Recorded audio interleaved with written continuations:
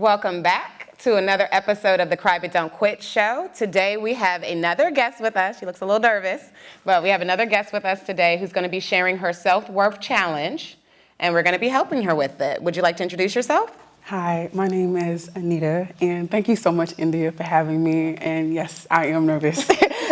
So bear with me, y'all. I'm a thinker and talker at the same time. So I'm in communication crisis. I'm also a former digital executive producer in news. And I was raised, I'm thinker and talker. I was raised by my mom and my community to be a strong Black woman. And for the most part, that mindset and that narrative, for the most part, was reinforced throughout my entire life. Now I'm older, in spaces where that looks a lot different. As I'm getting into professional spaces, I'm now, how can I put this, where I'm the only Black woman or one of the few.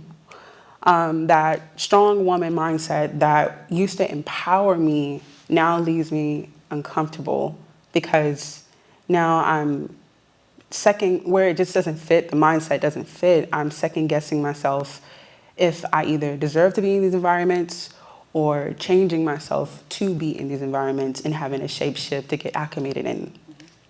And my self-worth challenge is, how do you prevent yourself from shape-shifting or just changing yourself to fit into spaces like this?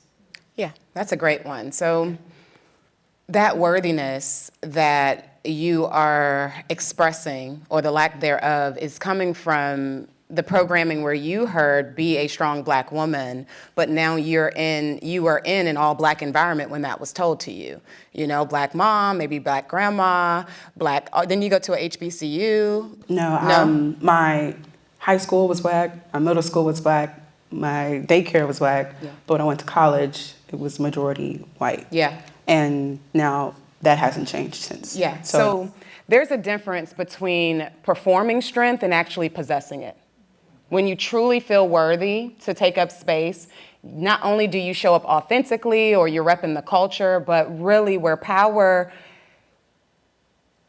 displays itself best is in those uncomfortable moments where instead of you feeling like, oh, let me make everyone else comfortable, let me take up space, let me make eye contact, let me speak up and express my discomforts in a respectful, professional, or, to go against Black women's stigmas, stern, way, and not get caught up, especially as women, hyphen Black, where you feel like you need to help everyone else adjust or accommodate to our culture or our personality. I've been called too much my entire life. And now I am exactly in the room I'm supposed to be in because I chose to feel worthy of being what they deem too much. The advice that I gave you privately is the same advice I'm going to give you now, where you can continue to perform and behave as if you're strong, or you can actually display strength by finding your voice, making others uncomfortable, and stating very clear boundaries of what you will and will not tolerate. And I'm big on tools. So I just don't want to give you the advice. I want to give you a demonstration of what that looks like. It doesn't mean complaining about the problem. It doesn't. That doesn't fix anything, ladies and gentlemen. It doesn't fix anything. You truly need to practice what you're going to say. And a powerful way to do that is to say, moving forward, I would appreciate it if you did this. This is what I expect. This is how I expected this situation to go. That's a lot more powerful than to say, oh, she didn't text me for my birthday and I text her for hers. You see the difference? That's a victimized stance. When you want to complain, you want to blame the culture, you want to shrink, which is what it sounds like you're doing, versus adopting the interpersonal skills to, number one, inherently feel worthy, to have preferences, to have things you're uncomfortable with, and it's miscommunicated that strength somehow means to white knuckle it through those uncomfortable situations in fear of losing your job and fear of retaliation. If you're truly displaying power, you have to understand that it does come with a fight. Yeah. It does come with making some people dislike you initially, but I have experienced more times than not when you stand your ground and communicate in a way where it's not about changing the other person or controlling the other person. It's really about them being able to see you apart from the stigmas that they may have seen on TV, or maybe the negative experiences they had with a black person at the gas station, or maybe somebody did not ever tell them not to touch your hair or not to comment on, like maybe somebody didn't give them the education. So it's your opportunity now to educate and not, use that as a moment to victimize yourself and to jump to conclusions. We are all learning how to navigate this culture. And when you are battling self-worth issues, those insecurities or that shrinking is very loud, because what happens is you keep making yourself smaller and smaller and smaller. Oh, I don't want to upset anybody. I don't want to be the angry person at work. Yeah. And then eventually you just go off.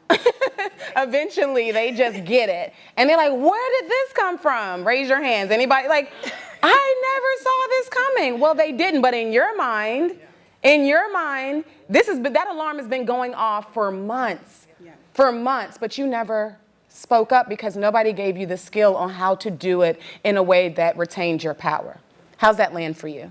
That tracks perfectly. I guess in my world, strong means silent, and being strong means to be resilient, and resilient means just taking it, and it just, especially being raised by a single, strong black woman, this is what the cards you have to be dealt with, and you have to deal with it, and you don't have a choice. And victimizing yourself or complaining about it is you not taking it. So yeah, that tracks very well. Good. And that's honestly a big inspiration behind why I talked about self-worth, because that was the ways of the time probably during your mom's era.